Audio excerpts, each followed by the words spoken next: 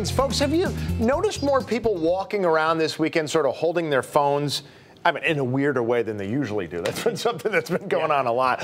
Maybe they're lost tourists. Ironically, it's a video game that's getting people outside more, walking around. It's Pokemon Go. Yeah, Pokemon's making a comeback 20 years after the characters debuted on TV and in card games. There's a new game that has people sort of congregating on street corners in random neighborhoods. So we want to give you a heads up in case you're seeing that sort of thing happen, because the game's pretty complicated. I'm glad we got Dan Amarenti here to explain, because I think it started in 1995, so I was around 19. Yeah. I just missed the Pokemon craze. I actually never played it. I was always one of those people who was like, no, I don't want to play it, and I never did. And I went over to my friend's house back when I was younger, and he brought out this whole binder of all these Pokemon cards, and I'm like, I'm going to go now. And I'm done. It just blows my mind. So the whole idea is you have to catch these Pokemon. That's the whole thing behind it. So this game for iPhones and Android phones, it's huge. It came out on Wednesday, and millions of people are playing it already. Data has showed this app has as many users as Twitter, and this has only been around for 6 days. It's amazing to me. So here's how this thing works. It's an app on your phone where you try to catch the Pokemon characters, but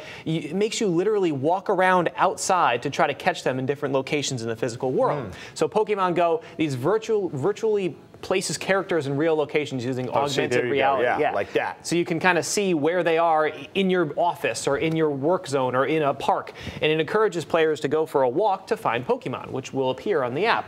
Now, when the app alerts you that there's Pokemon nearby, it opens up your camera. So you're looking through your camera at the Pokemon, and it'll be right in front of your lawn or something like that. There'll be a Pikachu jumping right around on your lawn. So you have to physically go there in person, but you see the Pokemon on your phone. It's pretty interesting thing. Right. Now, here's what it looks like on your phone. So this particular image on the left, screen grabbed by our producer Marcus, shows the Hartford area. Now, see those little blue cubes in random areas? You can kind of tell them. They're on the street there. Okay. Now, those are stops you can make that contain things like bonus points or extra equipment, Pokeballs, they call them. Bonus points. Yeah, and those things are all over the place. One of the locations is actually the Supreme Court in Hartford. That's on the right there. So if you see people walking around holding their phones up a little more than normal, I guess, then they could be playing this game.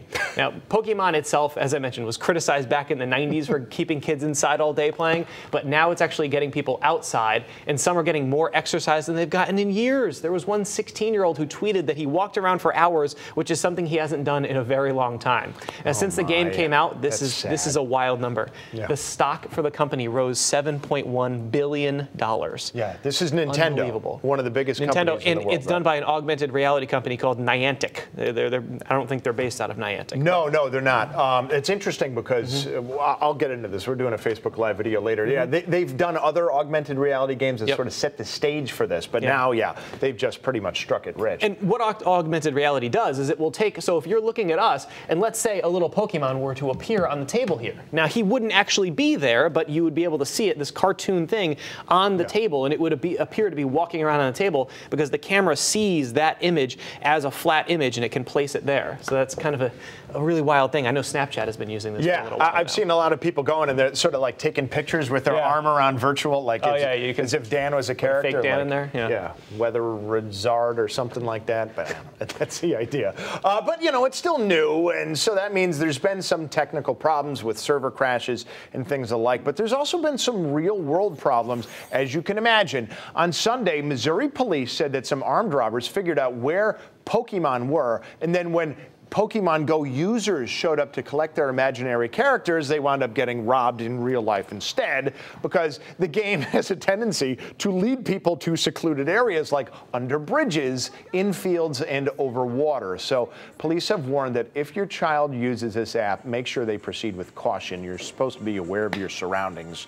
Looking at a screen is pretty much the opposite of that. Meanwhile, get this, a Pokemon adventure before work led to a different sort of discovery. A woman in Wyoming went out for a walk near the water. She was looking for water Pokemon. Who would have thought they'd be in Wyoming? But instead, she actually found a body face down in the river. So she called police. They said the victim is a man. They believe the man's death was accidental, but the woman says she plans to continue her hunt for Pokemon along the water. So, it's just, I guess this is the steps you take on the road to progress. It's good to see a video game getting people outside, but now how times have changed. Get them back inside where they're safe. I can sort of see how it is addicting. I mean, I downloaded the app literally this morning, and you found Squirtle is one of the names, and I found him in the newsroom here, and I think that's the one that the easy one they start off people with. But then you're supposed to kind of play it's almost like basketball, where you flip your phone, you flip your finger up, and you're supposed to shoot like a ball at the thing, and it catches it. Oh yeah. That's the ball behind you, right? The Pokeball? Yeah. That's this thing right here. So you got to throw one of those at the actual Pokemon that catches it, and then you can use him to your advantage, and you can pin him up against other people and all that. So.